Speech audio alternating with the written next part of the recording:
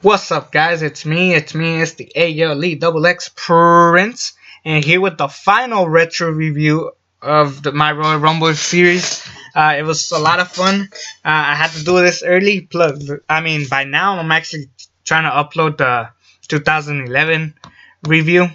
But this will be uploaded probably more by night, just because you guys I want to get people in time to watch the other reviews. Also get time for you guys to do your other things that you need to do. But I want to talk about this Royal Rumble specifically because hold on. Sorry about that. I forgot my notebook, but here it is right here with me. The 2014 Royal Rumble. Why did I choose this one? Because it changed me. Now, I'm not saying this is a great show. I'm not saying that this show was awesome or anything, because to be perfectly honest, it kind of wasn't. It was kind of a mediocre show. But without this show, Weapon Alex, me, would have never existed. Ever. Now, for those of you who don't know the story, before I ever did YouTube, I had a website. I still have the website. The link down below, a website. I was only on the website weaponalex with 2x's.weebly.com. And I always talked about how it wasn't fair that Daniel Bryan and all this stuff. That's what made me more in love with talking about wrestling and being enjoyed with talking about how wrestling went down. Also, without this show, it would never change the way fans are with the project. With the product, I should say. But yeah, because without this show, it didn't show the way we see.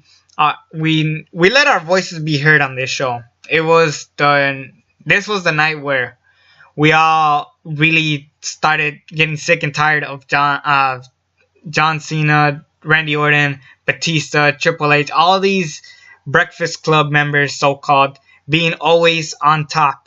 And we were sick of it, and we were tired of it. And then this night just changed a lot of it, and then it just showed the way we see wrestling now, because it just changed the way people see it. Plus, this was the last appearance we have ever seen CM Punk in.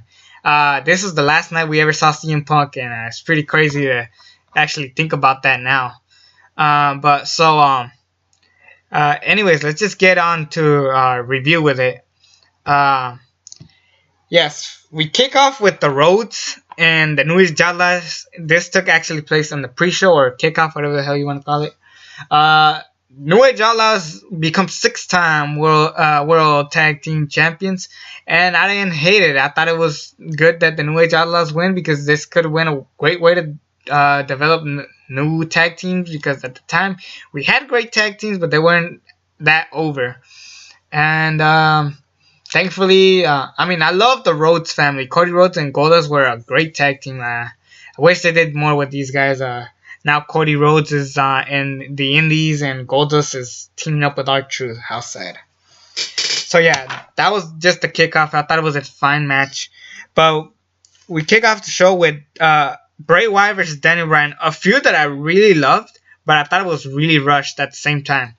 Daniel Bryan joins the Wyatt family for 2 weeks, and then we eventually just have this match, and then whoop-de-doo, that happens. And I'm not going to take anything away from that. At this time, Daniel Bryan was the most over wrestler ever, with the yes chants, the way he wrestled, and at this point, Daniel Bryan was at the point the top guy to look out for. And the fact that they didn't have any plans for him being in the main event of WrestleMania really screwed up the WWE changing WrestleMania. But enough of that. This match was awesome. People forget how awesome this match really was. My favorite Bray Wyatt match, easily. First of all, Bray Wyatt goes over, which either guy could have gone over and I would have not been pissed off about it. But it was a really good match. I thought it was really fun and really enjoyable. It was really brutal for the most part. My favorite part was when Daniel Bryan goes through the ropes. Bray Wyatt catches him for Sister Abigail to the apron. It was just really good psychology. These guys have very good chemistry. I wish they had more matches, but I mean, I'm fine with this one match. Damn, this was just really good storytelling, even though it was a pretty rushed up story. And I thought Bray Wyatt winning was good because, I mean, how often do you see Bray Wyatt winning now? So there's that. And yeah, I really enjoyed this match of the night easily, because there's no other thing really redeeming about the show. I mean, nothing else was very terrible except maybe like results and stuff, but this match, you could just watch this match and be happy with yourself. Next up, we got Brock Lesnar versus Big Show. Another 2003-2002 squash match featuring these two guys. Brock Lesnar, I mean, first of all, before the match starts, Brock Lesnar beats the hell out of Big Show. He's about to bring a chair. Big Show punches him. Brock gets knocked out. The match actually starts. They brawl for like 10 seconds. Brock picks Big Show for F5, or a really weird F5. It looked like a FU for the most part.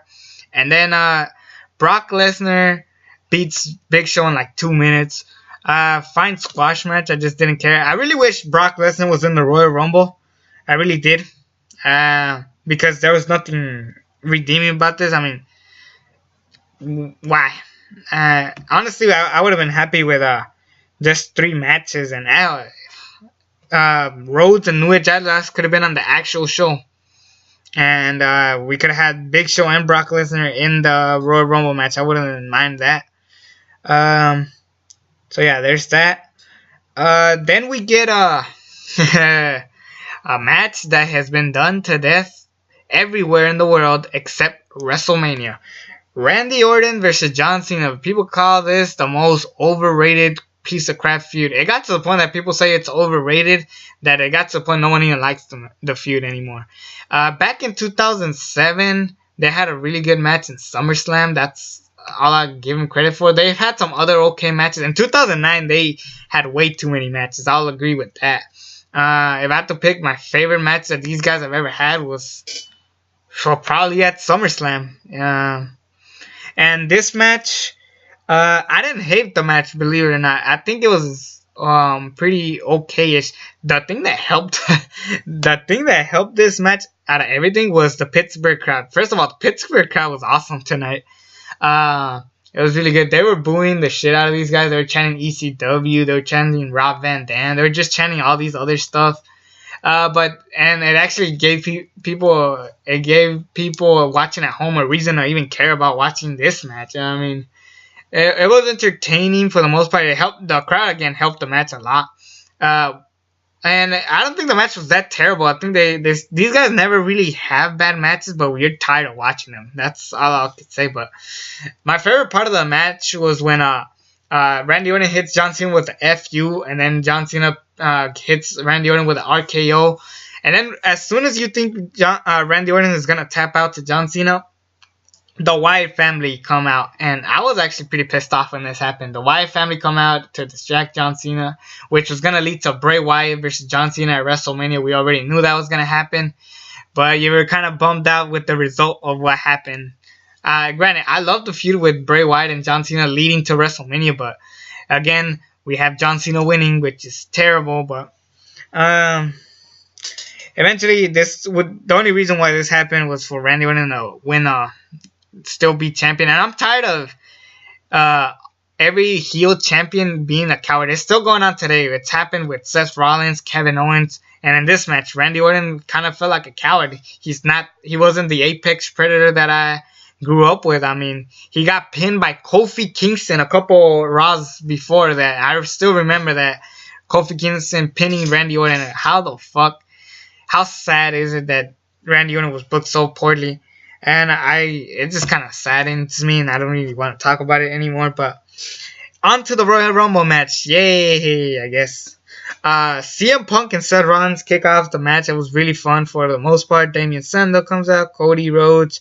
Kane. Oh, first of all, Corporate Kane. I hated Corporate Kane. I still hate Corporate Kane. But Kane comes in, tries to eliminate CM Punk, but he gets out like whatever. This was the debut of Alexander Rusev. Rusev, for those of you who do not know this, there was a point in this era, in this time of year, where everybody lost their names. I noticed that Alexander Rusev went from Rusev. Antonio Cesaro went from Cesaro. Big E Langston just became Big E, and then most recently, Adrian Neville became Neville. I don't know why the hell WWE got rid of first names, but it was pretty stupid at the time. Rusev, I mean, I was fine with it because Alexander Rusev doesn't sound tough. I'm not taking any credit for anybody named Alexander. Fuck's sake, my real name is Alejandro, so it's nothing tough about that. There's like a lot of jobber shit going on. Kofi Kingston had his moment again. He was like again at the apron. Rusev catches him. He's beating him up by the crowd, and then he jumps all the way to the ring, which is really cool. One of the best moves that Kofi's done out of all the Royal Rumble moments that he's had, or Battle Royals, or yeah. I think that was my favorite one. Jimmy Uso, Kevin Nash was in the show. I forgot about that. But nothing will top this, but I will never forget this. But there was a time when Roman Reigns was actually over with people. Roman Reigns was over in this match. First of all, he beats Kane's record of eliminating the most superstars in a single Royal Rumble match. And I actually have the list of every single person that he has eliminated in this match particular. I believe Kevin Nash was one of them. Then we had he eliminated Dolph Ziggler. That's another one. El Torito, which I'm still can't believe. First of all, I actually enjoy El Torito more than Hornswoggle, but he eliminated him. He eliminated Luke Harper. He eliminated a lot of guys. I'm trying to like not say all of them, but he eliminated 12 superstars in this Royal Rumble match. I'm still trying to remember exactly who was it, but easily the biggest highlight as far as Roman Reigns eliminating people was when he eliminated Cesaro, as well as eliminated both Seth Rollins and Dean Ambrose, showing the breakup of S.H.I.E.L.D., which could have led to an awesome triple threat at WrestleMania, or at least, something like that. But fuck, I really wanted to see that triple threat match at WrestleMania, come to think of what we actually got with the S.H.I.E.L.D. Fucking stupid. But yeah, that happened with them. And then I remember this, but in this Royal Rumble match, they actually show every superstar who appeared, like before the match is gonna start. So, coming in like at the last entrant was Rey Mysterio, and Rey Mysterio gets booed out of the building. People are chanting Daniel Bryan. People are just booing out of it. People are cheering when Rey Mysterio got eliminated. I forgot who got rid of him, but that happened. And that's pretty sad because Rey Mysterio, one of my favorites of all time, just gets booed by the crowd. And I don't blame the crowd. I get why they were mad. It was just pretty insane. And it got to the final four. Let's talk about final four instead, because this was fucking bullshit. CM Punk is one of the final four, and then Kane comes out of nowhere, pulls CM Punk out of the Royal Rumble match, and chokeslams him through a table. Really, like, kind of bullshit move from the crowd. I thought it was just bullshit that happened, and that led to CM Punk's last appearance in WWE until whenever the hell he decides to come back. But the final three were Sheamus, Roman Reigns, and Batista. The returning Batista. Now I like Batista, but in this match he was moving fucking weird. First of all, his new attire I was never a big fan of. I wish he just came back the way he originally looked. I didn't like him with sneakers and shit like that. But Roman Reigns eliminates Sheamus, and this is when Roman Reigns was super over, and we all wanted Roman Reigns to win. But come to think about it now, Randy Orton versus Roman Reigns, do we really want to see that? Yeah, but and I noticed in this match, Roman Reigns had more, like, he this is the Roman Reigns that I actually liked a lot, but sadly enough, it wasn't the Roman Reigns we got now. But Batista eliminates Roman Reigns, and Batista gets booed out of the fucking building. People are booing the hell out of this, and rightfully so, which eventually led to me writing about it on my website at the time. It led to a bunch of cool stuff. It led me trending, so that's the thing I will always take from this Royal Rumble. It was a pretty terrible show besides one match, but nothing will change the fact that this show helped me become me. And I think that's what makes me defend this show slightly. Because the Royal Rumble match itself was decent. It wasn't great, but it wasn't good. Mainly Roman Reigns was the highlight of the whole match. Cena and Orton, I didn't hate it that much. Brock and Big Show was a waste. And Daniel Bryan and Bray Wyatt had one of the best matches of that year. And eventually that led to huge changes at WrestleMania 30. It led to CM Punk leaving, and it led to me coming in here in the YWC. And it got a lot of people talking too. I remember everybody was just furious about this. I remember Wrestling Crisis, Diesel 101 Raw, Wrestling Jesus, Brad Rules. Everybody just lost it when this happened, and it just changed the way. Without this show, I mean, we would never be the way we are now, and as far as wrestling goes. So, kudos to that. And yeah, I'll give it a 6 out of 10. It's a C showish, mainly because of what this show did for fans. So I'll give it that.